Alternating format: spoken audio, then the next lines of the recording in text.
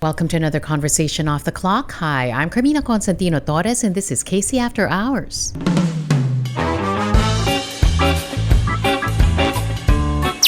You know, the thing about being in government, it's not a question of deciding what is good and what is bad. Generally, it's always deciding which is the least damaging. I would imagine, meron ka ng template, meron ka ng starting point. And yet, it took them weeks. Ngayon ako nakakita, mas mabilis pa kumilos ang House at Senate. Nung pinasa nila yung law allowing the president to temporarily suspend excise tax than some of the actions that the executive has taken. That was a bold promise. Na if he had delivered, tingin ko, di ba? I would have earned him a lot of credit with mga ordinaryong tao who were quite frankly fed up with yung level of corruption na lumabas during the flood control probe. Hindi nangyari yon. Kita mo yung parang hindi yata maayos ang takbo ng sistema. That has been the way it has happened in the past. Ang problema nga itong House, walang institutional memory. They had absolutely no intention to participate in the House process at all. So you cannot say na we can only solve one problem at a time. It has never been that way. Bakit ba ayaw nyo kay Sara? So, hindi ito mini trial. Kung ikaw yon, sabi ni iba, Attorney Barry, Attorney Edwin, pinklawan kayo eh. Obviously, hindi kayo DDS. Obviously, yan ang sasabihin ninyo. Masela ng sitwasyon ngayon ng bansa. Bukod sa bugbog na nga dahil sa mga problema sa loob ng bayan, nahihila pa tayo sa pandaigdigang problema na hindi naman tayo ang nagsimula. As tensions and conflict continue in the Middle East, the impact is no longer distant. Ramdam na natin sa patuloy na pagsirit ng presyo ng produktong petrolyo, banta sa hanap buhay at trabaho alongside the deepening uncertainty faced by Filipinos. Ang hamon, kaya bang pagsabayin ang pagsalo sa nakararami habang pinananagot ang mga lumalapastangan sa bayan? Magkwentuhang bayan tayong muli. Joining us today, the Insiders, lawyers Edwin Lacierda and Barry Gutierrez. Welcome back to the podcast, The Insiders. Lawyers Barry Gutierrez and Edwin Lacierda. Yes! Kamusta ang bayan natin? Let's start off with that. I mean, we're gonna go down to the politics later on. Okay. Pero yung nararamdaman natin ngayon, presyo ng bilihin, presyo ng produkto pa petrolyo, are you satisfied? Let's start off with that first, with how this administration is able to handle the crisis na hindi naman tayong nagsimula. I think that much like so many other people, mga ordinary, including mga ordinaryong tao, I think yung government response has left much to be desired. Una, medyo belated yung simple acceptance of the fact that there was a crisis. Somebody said there's no crisis. Di ba? Ang linya nila for the first few weeks is walang crisis. And across the board, yun ang sinasabi ng various high officials, cabinet members, which I think was, to begin with, a wrong approach. Kasi ganun palang kaaga nararamdaman ng mga tao yung pagtaas ng presyo ng gasolina principally, and then, everything else after that. And then, yung response, while hindi ko naman sinasabing zero, medyo parang kapos eh. Halimbawa, they just recently announced that there's going to be a 10 peso subsidy for mga transport workers. After tumaas na ang presyo ng diesel by like 100 pesos. Di ba? So parang too little, too late to a certain extent. Pero ganun ba kadaling magdesisyon? Like, let's say the war erupted last night. You were once in the cabinet as well. Is it as fast to decide on something that you'll announce the next day? You know, the thing about being in government, it's not a question of deciding what is good and what is bad. Generally, it's always deciding which is the least damaging option. Because there's always going to be a bad decision and a least bad decision. I'll give an example. Historically, during World War II, when when France capitulated to Germany, the French Navy was elsewhere. So Winston Churchill, the Prime Minister, wanted to tell the French Navy, join us. But the French, out of patriotism for France, said, no, we will not join you. So he had to make a decision. What do we do? Do we bomb the French Navy, or do we try to capture it, or do we convince them? ultimately, when the French Navy decided to say, we will not join you, his decision was very difficult, and he had to bomb the French Navy. And they were allies until they capitulated to Germany. Those are the kind of decisions that you are confronted with. It's always a trade-off of something. Yeah, but how fast do you make that decision? That's where the problem with this oil crisis is, the last oil crisis we had was in 1979, the oil embargo. So there's practically no institutional memory. And the fact is, you're talking about subsidies, and I'm very vocal about this.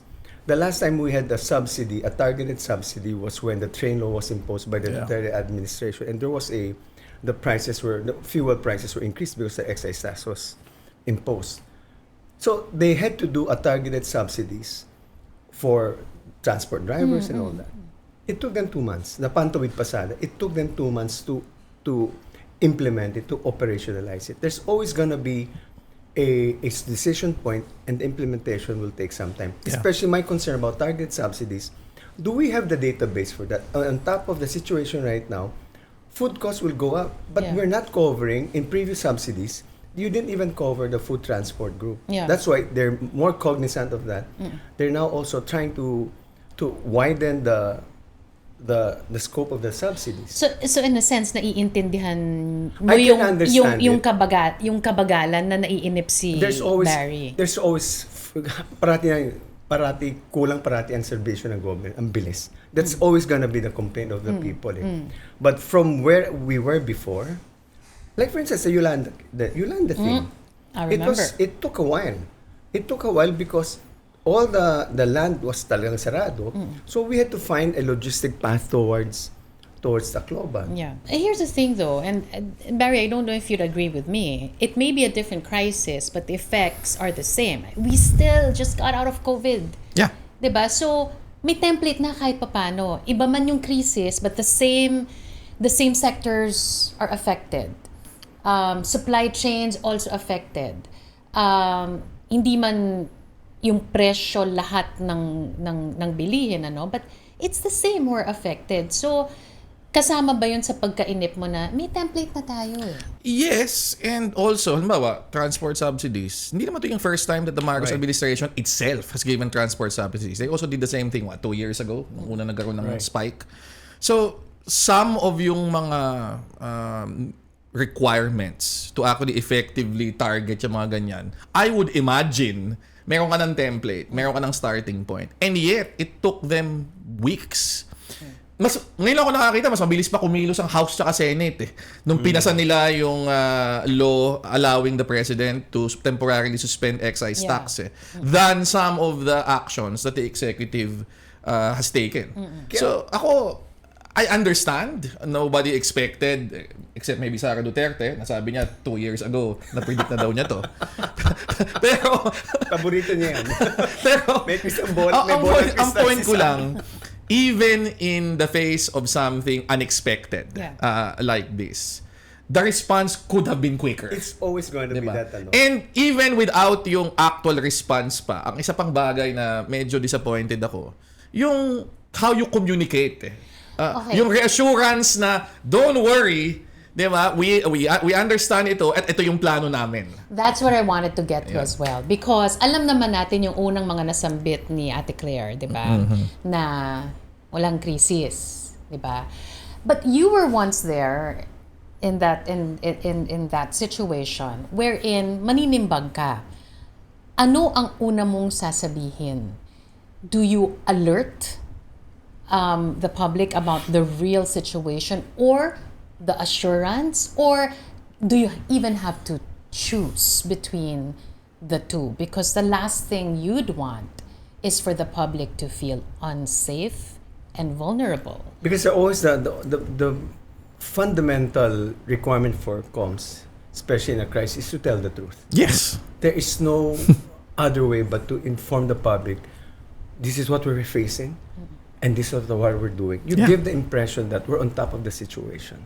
That's the only requirement naman talaga when you're talking to the people. Kasi, di ba, sanay ang Pilipino na umasa sa gobyerno. Pag ang gobyerno nagsasabing, wala tayong crisis, tapos nahihirapan sila sa tumataas ang presyo, Yeah. makikita na there's a disconnect. So you might as well tell the truth. Ito ang mangyayari, but this is what we are doing. Yun dapat nang ginagawa. And I think nakabawi sila ngayon. Medyo nga talagang sinasabi. And sa akin man talaga, lahat ng aksyon ng gobyerno talaga will never be fast enough. Yeah. Di ba? So but yun na nga, kailangan talaga yung on the com side, sabi na natin kaagad kung anong tunay na estado ng problema.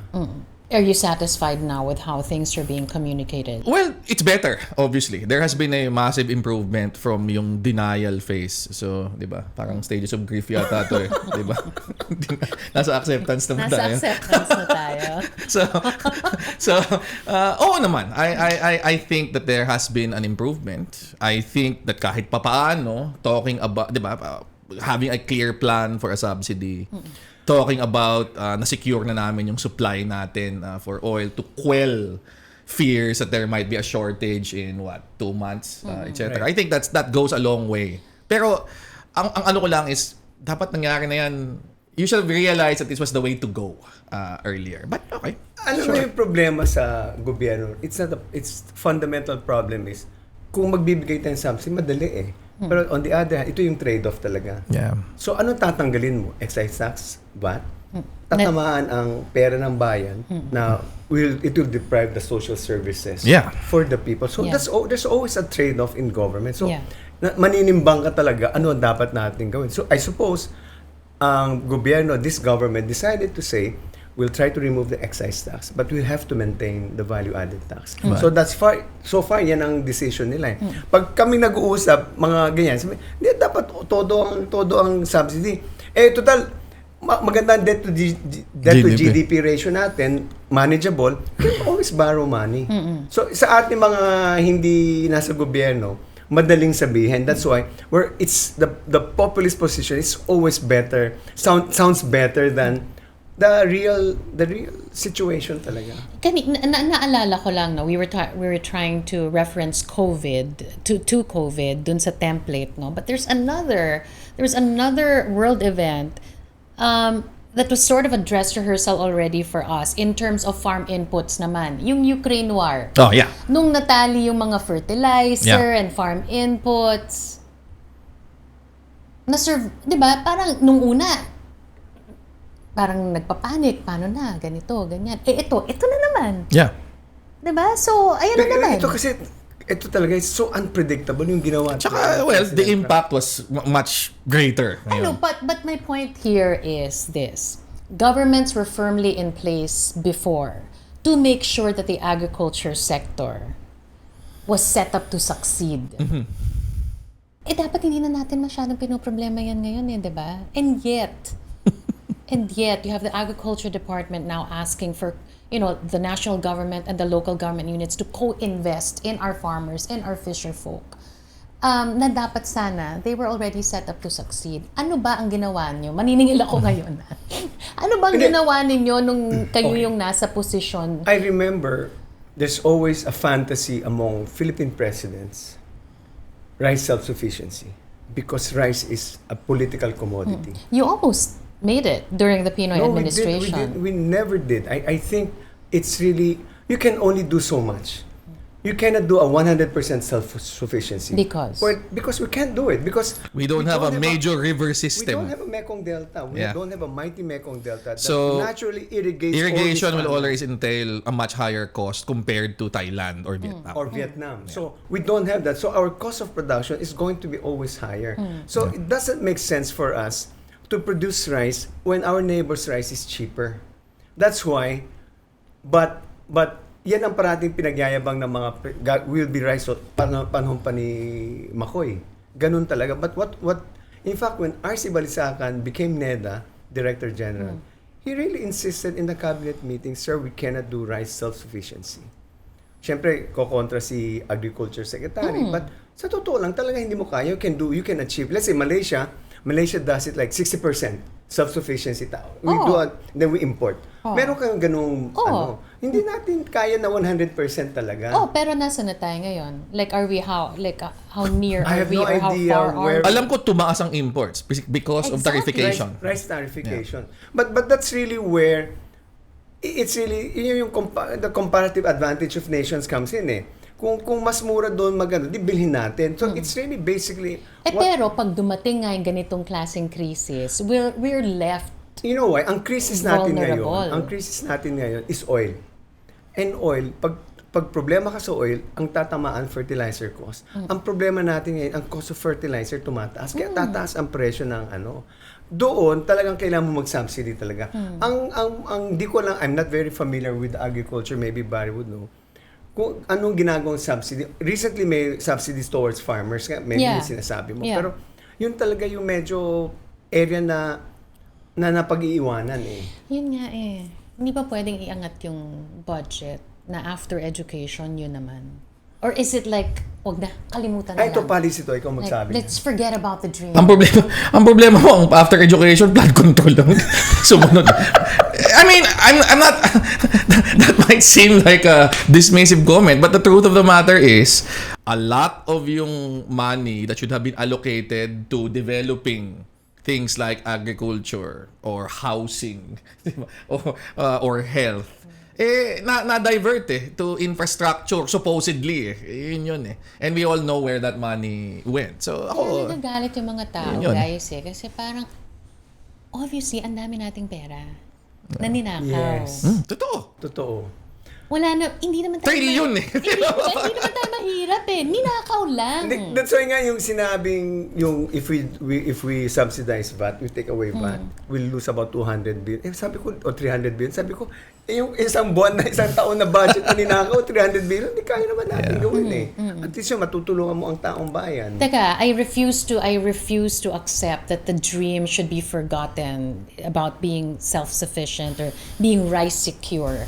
Hindi na talaga mangyayari yun. You know, you can only, pwede mo itaas Oo. yung percentage So na yung irrigation system natin, we can't build mahal it? yan. Hindi. You can, but it would always be more expensive in terms of production costs compared to yung mga neighbors natin. Kasi nga, May may natural ano sila eh. So, let me say, irrigation. Pero I think the balance that should be struck is, sure, we will always be importing part of Yes. yung ating rice supply Yeah. because it's just cheaper to buy from Yes. Thailand or Vietnam. But, meron ka dapat a minimum percentage that you should be aiming for in anticipation of possible, 'di ba, supply problems, 'di ba, dahil sa world right. At nangyari na actually no Duterte administration. We had a period where may problema sa rice Yes, supply. correct. 'Di ba? Yun yung point. So, dahil meron na tayong experience doon, we should yung experts in DA should already be estimating, okay, so ilan yung percentage yung ideal na kahit papaano may mangyari man, we will be insured of like a 2-month supply. Kahit na hindi tayo makapag-import for Yeah. that particular period. at sa, like Yun yung yung ginagawa ng mga yun yung balance that we should be irrigation aiming ditches, for. May leakages din, may corruption din. So parang our two major, I think there are three, but I can only recall two. Sa Central Luzon, you have the Pampanga River ba yung tawag na? And then in Iloilo, the Iloilo River. Maganda yun eh. But hindi tayo tulad ng the other ASEAN neighbors. May Mekong Delta ka eh. May Mekong River ka. That's our disadvantage. Yeah. That's why we really cannot achieve so much. I mean, 100%. And because of the World Trade Agreement, gumanda man talaga yung palitan ng agreement kasi may mga incentives, may mga taxes, may tax-free. pero ang naging problema, naging lazy naman dun sa Yun lang sa ang pagsuporta problema. At sa saka pag sector. nag-import naman, yung panahon ni GMA, grabe ang corruption, no? Di ba? Grabe yung NFA, no? Talagang ang daming na... It's really a problem of corruption. Smuggling. The political will to do good governance is always dependent on each administration. There are no institutional guardrails on integrity guardrails. It's so difficult. If you have institutional guardrails, maayos yan eh. But that's a problem that we have. Well, talking about political will, and I'm actually so surprised that for the second time in a row, we're going to talk about Boyeng Remulla in this podcast.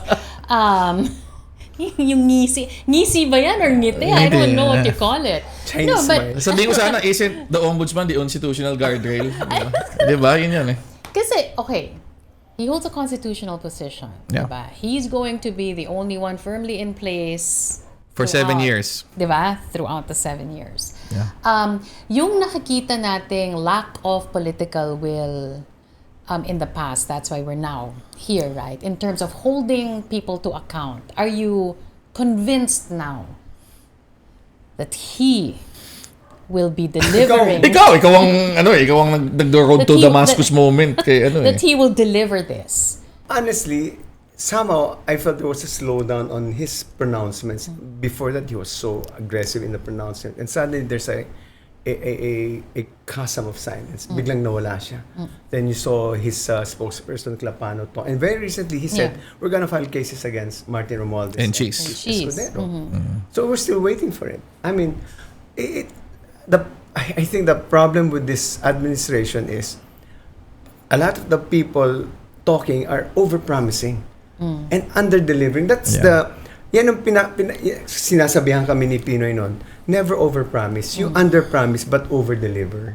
That's why we're kaya nga ang dami mga accomplishments ni Noy. Hindi alam ng tao dahil inaangkin ng mga local politicians yung mga pagtayo ng mga kalye.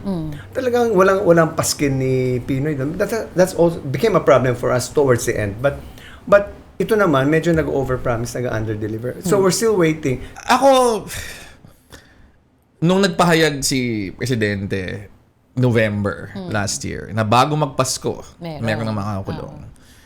That was a bold promise. Na if he had delivered, tingin ko, di ba? I would have earned him a lot of credit with mga ordinaryong tao who were quite frankly fed up with yung level of corruption na lumabas during the flood control probe. Hindi nangyari yon. And now, we're already, April? Diba? May daw, sabi ni Ombudsman. Yun nga eh. Pero, May daw magpa-file. ako, nag-agree ako na when you make those kinds of declarations at pinapaasa mo ang mga tao na matagal ng bigo at paulit-ulit na nabibigo dahil they constantly see yung mga malalaking tao get away with kung ano-ano mga bagay while at their level, sa level ng komunidad, mga people na minor crimes, kalaboso ka agad. Diba? Para sa shoplifting, diba? Para sa mga ganong mga krimen. Or you're half naked. Exactly. Tumatambay ka sa kalye. At biglang huhulihin ka ng DILG. Diba? Parang kita mo yung parang hindi yata maayos ang takbo ng sistema. So if you're going to promise that, you have to deliver. Kaya one of the things that has always been, sa tingin ko, a source of frustration, yung kabagalan ng justice system. Papile ang mga kaso and then 10 years later, people are acquitted. Okay, let me ask you point blank. Do you think they have evidence? Tingin ko, for some of yung mga big fish, yes. Let's mention the names of Martin and Cheese because the ombudsman said those names. Do you think that he would even say that without ample evidence? Well, I don't know kung anong intention niya doon. But kung ako, di ba, yes, bago ako mag-make ng ganung pronouncement, I would make sure na meron akong at least a strong foundation for a case. Kasi again, yung declaration na ganun, nakakasuhan namin si ganito, etc., etc., and then turns out acquitted after a few years. Again, yan yung hindi nakaka-inspire ng confidence, and quite the opposite, it damages again yung credibility nung Which brings me to the next question, and I always say this, there's a long runway. Sometimes it's a winding runway that separates actual conviction or acquittal from the filing of charges, right? Yes. Pag nag-file, nagbubunyi, di ba? Pero kalaunan, hindi mo na alam kung ano nangyayari. But because, and we go back to him, Boying Remulla is in place for the next 7 years, do you think that this will be resolved within those years, that it should be resolved within that period? Well, in our case, during our time, the Napoles, it was never finished within our term. It went beyond the Duterte administration. So people lost interest, and then narinig mo na lang, acquitted na si ganito, acquitted na si ganyan. Kaya ako, one of the things that I got most excited about when Boying Remulla assumed yung post was one of his earlier declarations that he would be pushing for continuous trial sa Sandigan Bayan. Kasi I think that's really the way to go. You want to take away yung option ng defense sa mga ganitong akusado to delay na sige, postpone tong hearing na to, the next hearing is 6 months from now. Alam mo ba yon? And then that only creates kasi the possibility nga that this will drag on for a decade.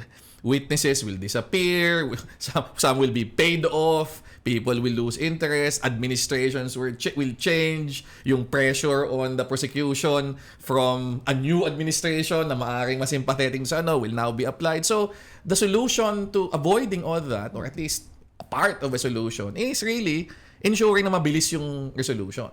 So nung sinabi niya yun, parang nain ako, wow, that can actually make a difference. Pero hindi ko alam ngayon if that's something that he's still going to actively push for. I hope he does. Ito ang tanong ko, kasi siguro si Edwin makakasagot din ito because you saw the transition from the administration that you served onto the next. Pag ganyan ba, pag nasa sunset period na nung isang administrasyon at alam mong, kunyari ganito, may kaso, meron bang pakiusapan? Meron bang, wag muna to galawin, bigay mo na to sa akin? As far as I know, wala yan. Kasi hindi na kami relevant doon eh. It's really the judiciary na yan eh. Kung nagkakaroon ng usapan with the members of the judiciary, the court. Pag itunoon natin ang pansin natin ngayon sa House Justice Committee, mukhang umuusad ng mabilis itong impeachment proceedings against the Vice President. Although, may question sa Korte Suprema. Unang-una, ano ang sa tingin ninyo? Because this is the first time we're seeing the proceedings this way. Because in the past, nasa fast track mode parating, di ba? Correct. Hindi! Meron bang isa? Yung May Mercedes Gutierrez. Yan, tama. Oo. During the But then Mercedes... she resigned. Yes, but nung nag-resign siya, Nasa Senado na. na-file na sa Senate. Pero ako kasi yung lawyer nung one of the complainants doon. Nag-hearing ba? Yes, nag-hearing kami sa Justice Committee. Ganito yung nakikita yes. nyo. Yes.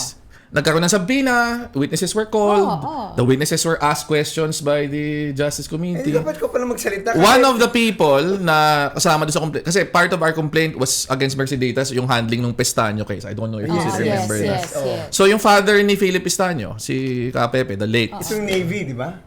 Tatay niya, testified, di ba, doon sa Ganun din. I was the lawyer, but I couldn't speak dahil only the members of the committee could actually address. But were you submitting questions to the committee?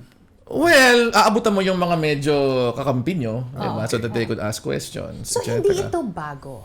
Dumaan na yan. Kaya takanta ako dito sa sinasabi nilang hindi pwedeng magpasabina, ginawa na yan. Nangyari na yan before. So, hindi ito abuse of discretion? I seriously don't think it is. Diba? Kasi that has been the way it has happened in the past. So, hindi ito mini trial? No. Diba? Ang clear naman na ang objective sa level ng Committee on Justice is to review yung complaints, to look at what possible evidence there is, and make a determination at that level whether do we proceed or not. Do we think kung iakit natin sa Senado to, makukonvict ba o hindi? Kasi kung hindi, kaya nga hindi ko maintindihan dito kay Sara Duterte. Kasi sa totoo lang, she's already assuming that the evidence na lalabas will be against her, negative for her. When actually, if confident naman pala siya na wala siyang kasalanan, then the evidence presented should actually support yung kanyang posisyon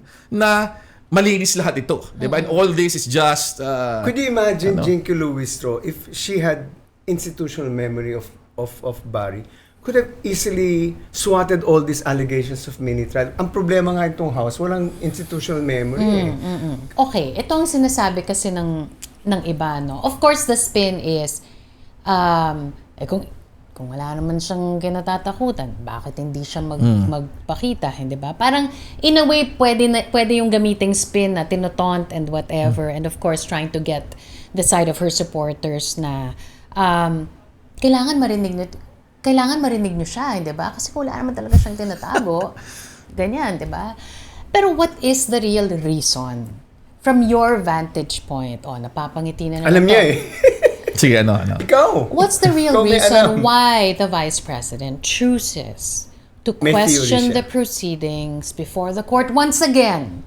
Considering na kaya nga natin to nakikitang proseso ngayon kasi kinwestiyon niya yung unang Yeah. proseso. Sinabi niya, I was not being given an opportunity to respond bago nyo inelevate sa This Senate. is now the opportunity and Yes. she's questioning it again. So what's the real reason now why she had to go back to the Supreme Court? Well, obviously, she wants to avoid any impeachment at all.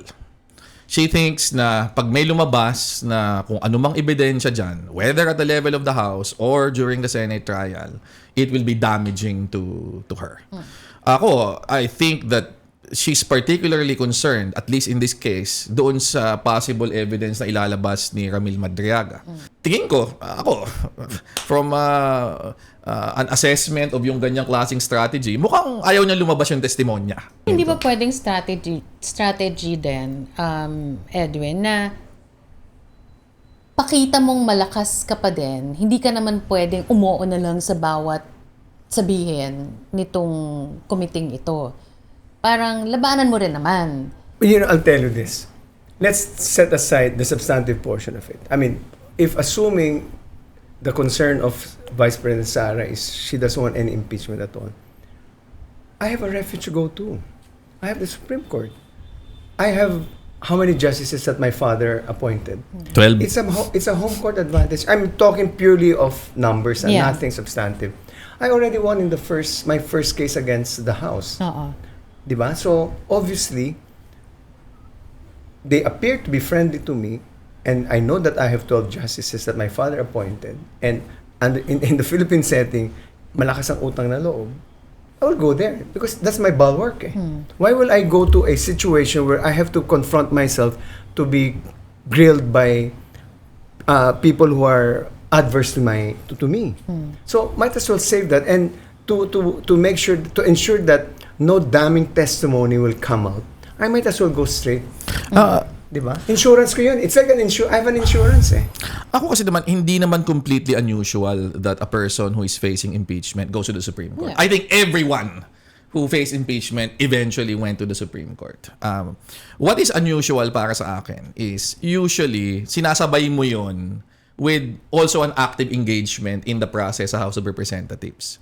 Meaning, kung ikaw yung abogado, edi lahat ng fronts. Let's have let's have a stand. But they're questioning the constitutionality of the proceedings. Pwede namang gawin mo yun na di ba? Pwede, kaya nga answer ad cautela eh. Sinabi You're nila. saying, di ba, we're not necessarily accepting the validity of these proceedings, but we will participate out of an abundance of caution.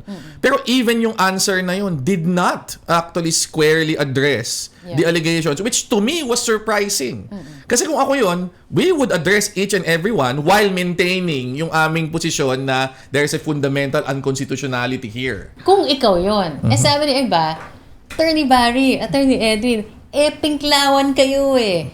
Obviously, hindi kayo DDS. Obviously, yan ang sasabihin ninyo. Well, yeah. Pero Kaya ako, nagsasalita ako purely from the perspective of someone who's participated in more impeachments than is probably smart.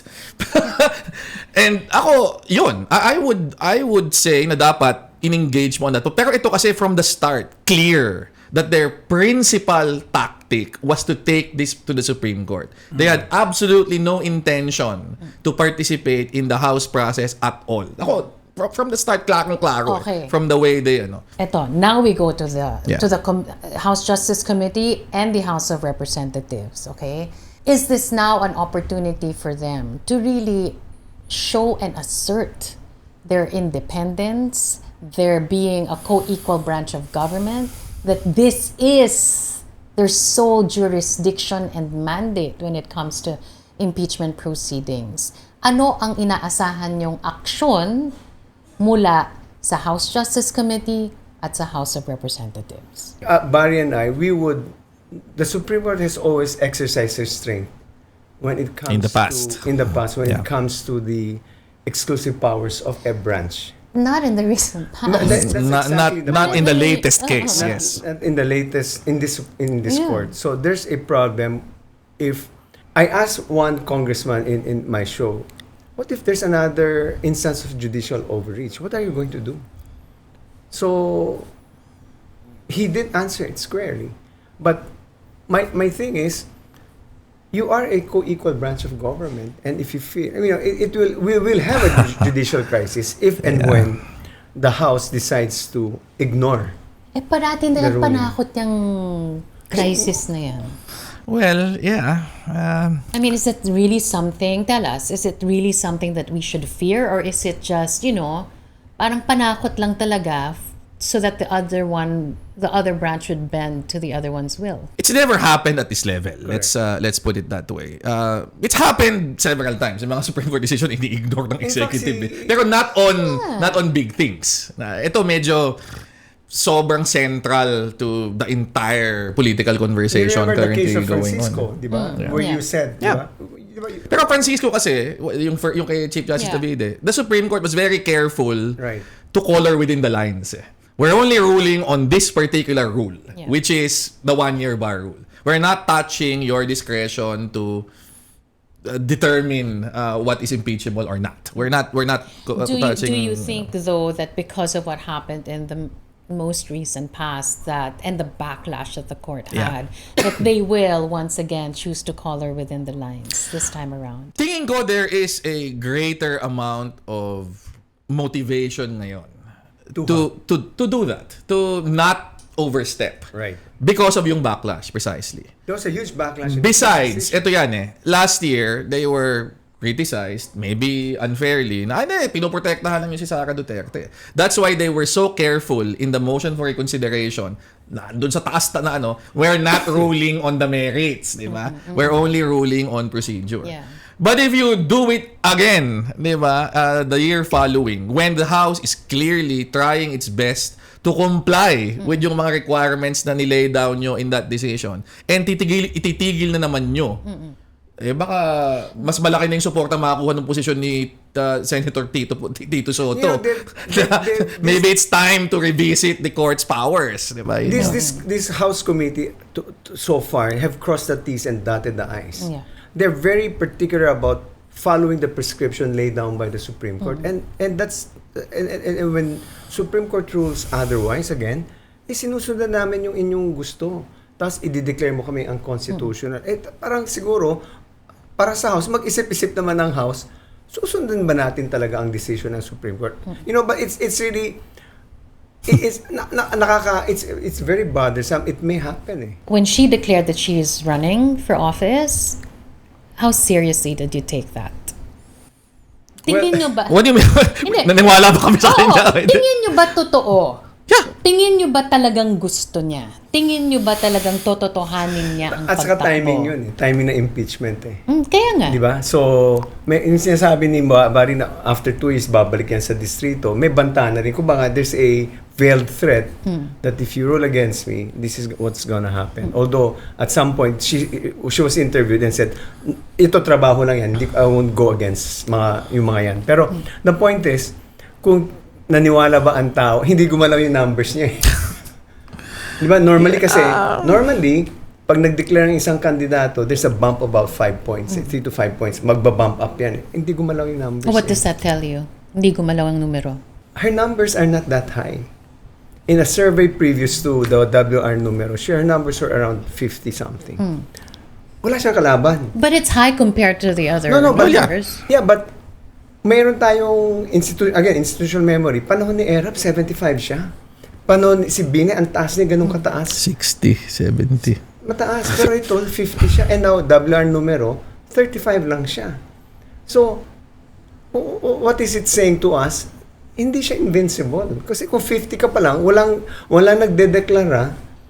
Hindi tulad ni Erap, nung alam na, hindi pa siya nagdedeklara, ang taas na ng numbers. Kaya, foregone conclusion yung pagkapanalo ni Erap. So, ang laking diferensya. So, sa akin, may pag-asa. Huwag niyo sasabihin, ilang araw na lang magiging presidente na si Sara. Pero sabi ng iba, syempre sasabihin mo yan. Ang alin? Kampi mo, hindi ka kampi ni Sara eh. Numbers yan Numbers yan may basehan ako sa kaysaysayan I have institutional memory. You look at I was an Erap follower. I didn't vote for Erap. Pero those are the facts His numbers were high. Sara's numbers were. And by the way, he has an echo chamber which is solidly 30%. She is still clearly the favorite as of now. But she is not a prohibitive favorite. Right. Na parang kung merong mga magdeklara dyan, wala nang pag-asa. I don't think so. We are still more than 2 years away from 2028. And her numbers do not put her in the same level as an ERAP. Siguro ang tanong ng ilan na hindi maintindihan, bakit ba ayaw nyo kay Sara? Bakit ayaw nyo siyang manalo? Why are you coming from a place that she's still beatable, she's not invincible, may tatalo pa dyan?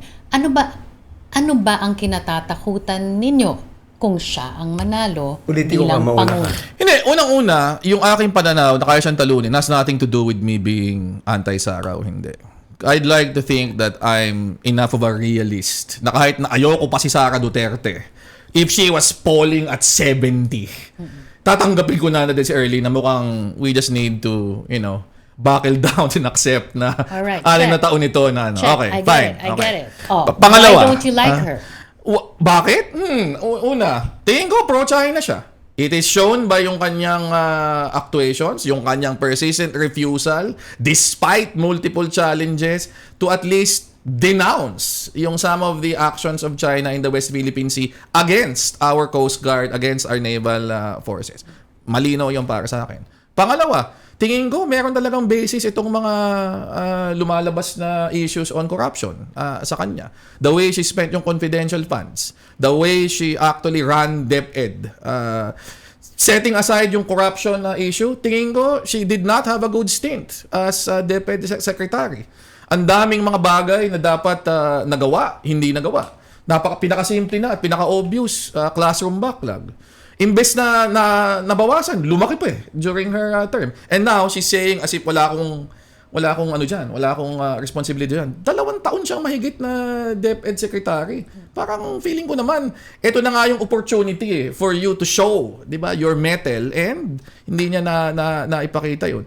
Pangapat, tingin ko, for a high official, she has demonstrated an alarming tendency towards, hindi ko alam paano i-explain, instability in certain high-pressure moments. Ang pinaka-obvious example, yung kanyang late-night rant when she's declared that she had hired an assassin to kill the president, the first lady, the speaker of the house, in case something happened to her.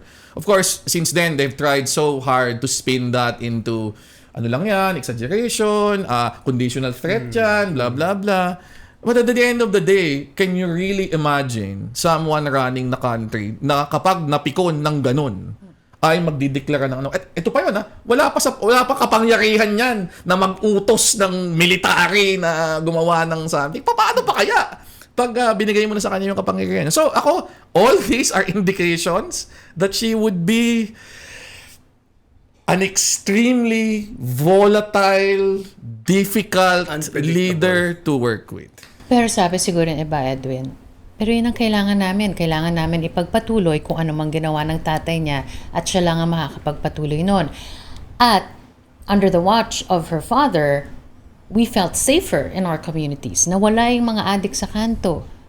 Nawala yung banta sa seguridad ng mga anak ko. Tingin namin, si Sara lang ang makakapagbigay nun muli. Pwede naman gawin yan na hindi mo kailangan pumatay ng tao. I mean, for the record also, hindi totoo mas mataas ang crime rate natin nung panahon ni Pinoy. At that time, sabi mataas ang crime rate natin, that's all BS. Because you compare to all the ASEAN nations, the crime rate was just the same. Hindi siya any higher than us. And you're talking about drugs. Ano bang nagawa niya nung drug war? Wala rin naman nangyari Ang pinapatay niya mga inosenteng tao. Wala siyang naipatay na malalaking drug lord. In fact, the largest importation of drugs happened during his watch. So lahat ito, syempre, may perception na gumanda ang tumahimik. Totoo yan. In the informal settler place in San Juan where I normally would pass, talagang tumahimik yun. Pero at what price?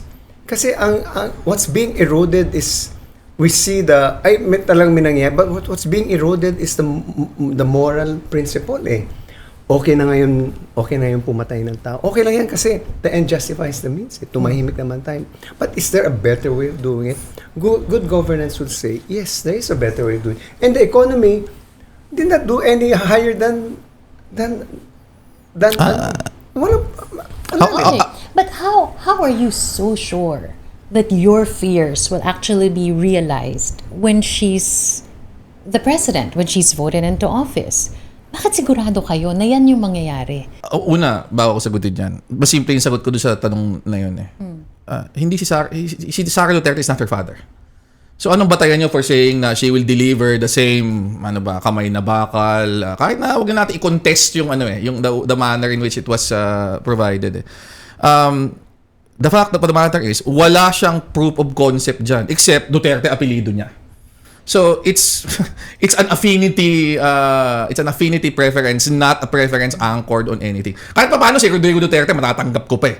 'Di ba? He was 20 years mayor ng Davao bago siya na-elect, and ito yung nangyari sa Davao. Si Sara Duterte walang ganong proof of concept. Pero to answer your question, paano ako sigurado? Siya na mismo nagsasabi. Naku naman, 'di ba? Sinabi na niya, 'di ba? This will be a revenge tour, 'di ba? Habulin ko tong mga taong to. Nakita na natin paano siyang umasta. Nakita na natin siya paano siyang nagre-refuse consistently na i-call out ang China para dito. Nakikita na natin. Pag sinabi ng kandidato na gagawin niya to, papatay ako ng mga tao, ito yung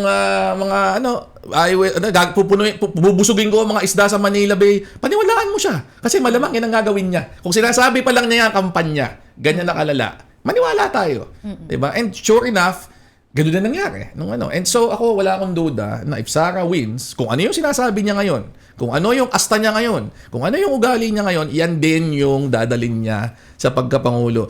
Power does not magically make people more noble. In fact, feeling ko, power brings out the worst tendencies of people. I've seen, this is the line of Abraham Lincoln.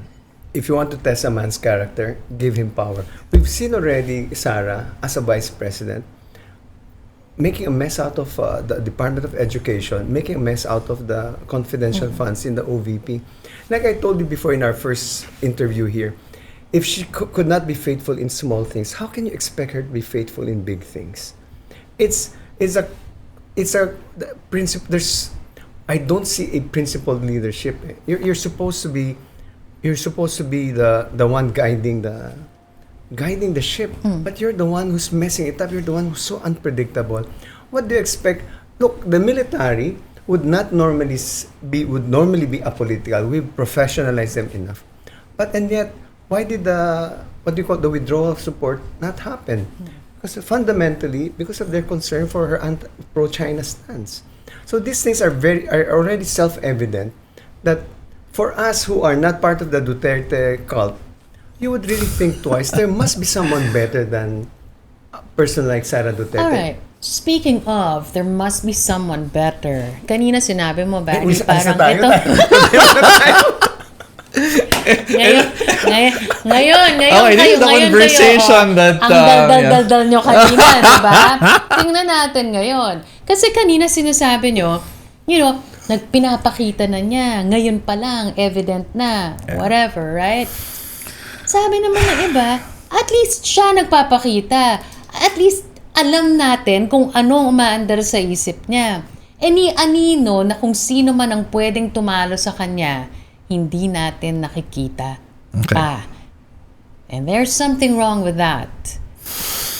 So bakit? Nasaan?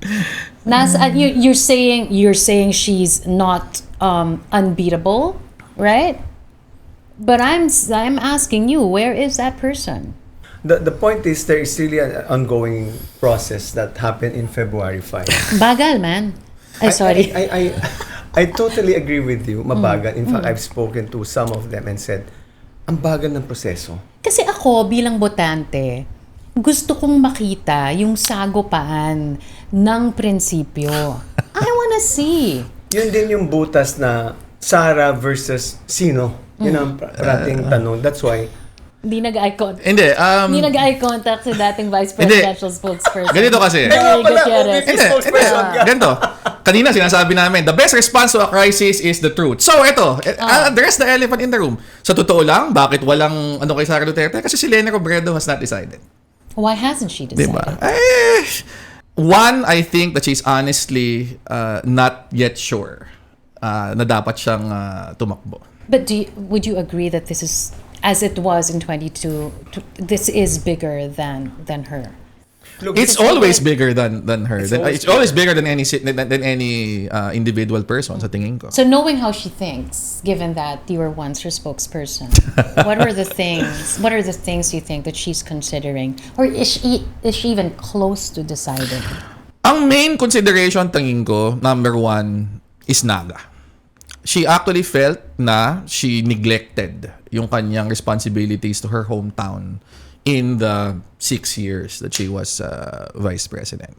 So yung kanyang pagtakbo as mayor in 2025 was a homecoming of sorts and kumbaga discharging a long overdue duty as far as she's concerned. Two, tingin ko mas komportable siya doon. Quite honestly, I was with her 6 na taon during probably the most vicious campaign, at least social media-wise, in our history. And hindi din madali yung being on the receiving end of so much hate online. It does a number on you. Yeah, yung fake news, yung paninira, hanggang sa pamilya niya, hindi spared. Yung kung ano-anong kababuyan na talaga na lumalabas. I think it took a toll. Tingin ko talaga, to a greater or lesser extent, lahat kami who were involved doon, PTSD yun eh. Yeah. Diba? I agree. Meron talagang ganun. So, ngayon, na she's in Naga, she doesn't have to deal with that on a daily basis. Hindi siya in the national scene, so hindi siya subjected to the same level of attacks. She's focusing on something she's comfortable with, diba? Yung local issues. She's always been more comfortable dealing with yung ground, diba? Yung malapit sa tao, diba? So, I think she's happier, she's more relaxed. And I think that's something that she's not yet that eager to give up. Yung that space Right. na 'di ba okay ako dito, etc. Pwede naman akong may nagagawa naman ako mabuti dito, etc. And third, quite honestly, tingin ko she's still looking for a path to victory. Pag tumakbo ba ako this time around, kaya kong manalo. Diba? Yun yung point. Ibig sabihin, kung ang objective naman, talunin si Sara Duterte, kaya ba talaga nating talunin si Sara Duterte? Sabi ni Edwin, kaya Si Edwin yun. Hindi naman siya si Leni Robredo. No, but when Barry said looking for a path, shouldn't she be creating that path instead of looking for it? Let me just backtrack before I answer you that. There are other candidates there. There's Risa Ontiveros, there's Bam Aquino. I don't know if Kiko is interested. But their numbers are suppressed because there's an expectation from the people and a hope that Leni will still run. And for that reason, the numbers of Risa, Bam, and Kiko are really suppressed. So people are still rooting for Leni to run. In that February 5 meeting, Leni told the people there in that meeting that, I've already told you several times, I'm not interested in running. Kayo lang ang hindi maniwala. Problema, kayo lang ayaw maniwala. But she's never said that stated that publicly, and therefore people are still asking kung tatakbo siya and hoping she will run. But there are surveys which were done that if you do a one-on-one without Leni's name there, the numbers of Bam and Risa go up exponentially. It's the expectation that because people are expecting Leni to run, nakaabang sila kay Leni. Pero pag tinanggal mo si Leni as a candidate, and you do this of course quantitatively and statistically, tumataas ang numbers nila Risa at saka ni Bam. Separately, one-on-one with Sara, na mas malapit. Hindi yung ganito kalayo na 2 and then double digit si Sara. So that's where doon ang problema. Kaya nga, there's a process to really say, mag-decide sino ba ang tatakbo, and let's come up with a process to decide isa lang dapat ang opposition candidate natin. Ang problema ko, ang problema mo, ang problema ni Barry, mabagal ang proseso. When you talk about former Vice President Leni Robredo, mahirap din kasi ngayon, because meron pang ibang mga pangalan, her decision will affect not only her, but the others as well. And Correct. therefore, kailangan mas mabilis ang desisyon. Tama ba? Yes, and ako more than meron bang affected na iba, yung sinasabi ni Edwin that while her name is still there, it effectively takes the oxygen out of the room, leaving very little for yung iba na who might be more willing. It's also yung fact na nag-declare na si Sara Duterte ng maaga. And right now, she has an open field all to herself. Yeah. And right now, kahit na may mga tao dyan, naging negosyante man o politiko, who might not be too comfortable with the idea of a Sara Duterte presidency, the longer time passes at walang kalaban, at some point, di ba, parang pragmatism will kick in. And di ba, kahit ayaw ko to, sige na. Better na wala na I sumama na ako. don't wanna say it solidifies to Sara. It calcifies to Sara. Yeah. Kaysa naman out. Kasi ang Wala nang sasabihin, choice. walang choice. Correct. Walang choice. Exactly. Yun yun.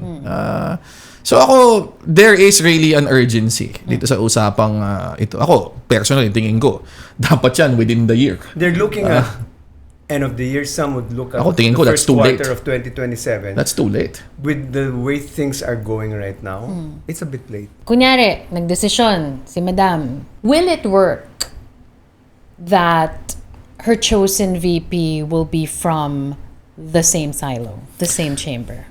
2028 will be all about expanding beyond yung natural bases. On Sara Duterte's end, clearly Mindanao, kanya na yan. Diba? She's gonna get 80% at least in Mindanao. So her key to victory is ensuring na in Luzon, Metro Manila, the rest of Visayas, outside of Cebu probably, she gets a good showing. That will take her to Malacanang. On the other hand, kung ikaw si Leni Robredo, mauna siya. Obviously, sa'yo na yung pink-yellow base. So that's basically Bicol, Western Visayas. Kailangan mong ma-consolidate yung iba. And to help you do that, kailangan mo ng Vice President who has an appeal outside of yung traditional base. So that means someone like Ay, hindi ko alam. Wala pa tayong napag-usapan. Sinong dapat? The numbers show pinakamalaking advantage Tulfo. Tulfo. Because of Which yung one? Erwin. Erwin or Tulfo? Rafi Tulfo. Kasi next to Lenny, siya na yung susunod na 16 si Lenny, Rafi is what, 8? 10? Mga ganun. Thereabouts. So, crudest math possible. You add yung kanilang they're already at 26. Diba? So, within... And in terms of comms, we go full circle in terms of comms. What would that tandem communicate? Kami ang tunay na unity. Hindi ba? Ano ba? Hindi.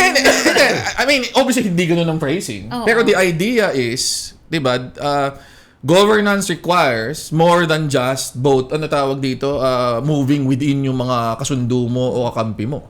It requires reaching out to others. So, ito kaming dalawa. We have not always been on the same side, pero willing kami na magsanib puwersa kasi ang nagtatay together sa amin ay ang pareho naming interes na umunlad ang Pilipinas. Okay. Yun. Okay.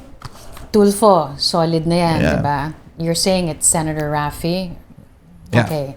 Interchangeable ba? If the former Vice President, Leni Robredo, decides she's out of it, will that...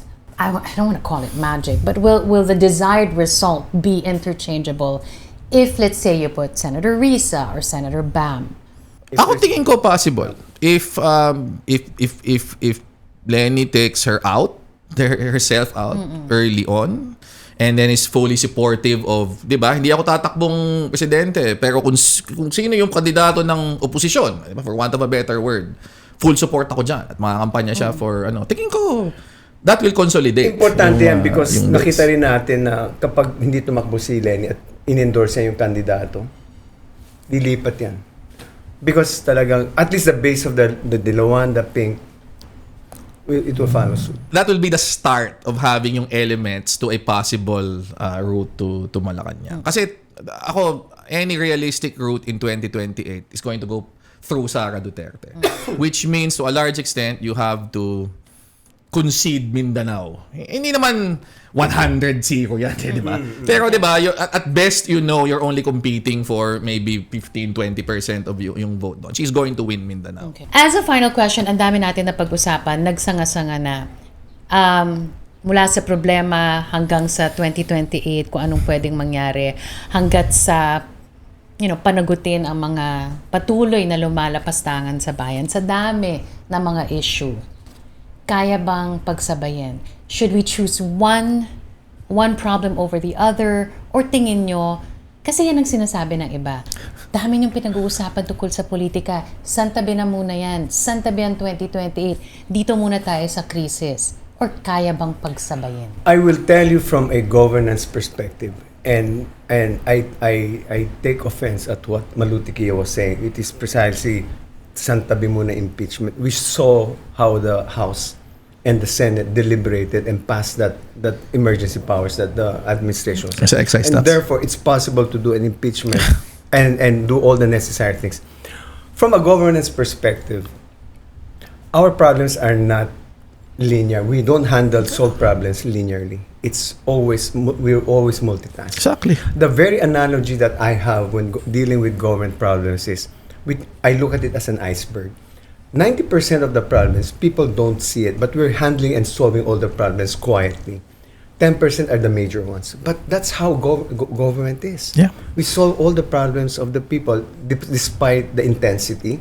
Nandiyan talaga yan. So you cannot say na we can only solve one problem at a time. It has never been that way. No matter how bad an administration is, it's always going to handle multiple problems. So that's not true. Yeah. Fiction na pinepedel na mga ayaw ng impeachment, yung one problem at a time model. It's never worked that way. Government always should have the bandwidth to deal with multiple issues. Kasi yun ang governance eh. Hindi naman yan parang drugs lang all the time. At bahala na yung pagkain, bahala na ang sovereignty. Hindi eh. Diba? It's always going to be multitasking all the time. So ako, I don't see that as an issue. All right, time is up, finally. Thank you for the coffee. Tagal 2 cups of coffee. Na to, no? I guess I'll see you when? After 3 months again? After 6 months? Sige. Tingnan natin kung anong mangyayari. Pag nag-declare na si Lenny, gano'n. The insiders. Or malay ko may bago. Aba, lawyers, Very Gutierrez, Edwin Lucerda here in the podcast. Maraming salamat. Maraming Until the salamat. next one. I'll Thank see you you. after 3 months. Bye-bye. Yep. And that's it for another episode of KC After Hours. You know the drill. Like and subscribe. I'll see you on the next one.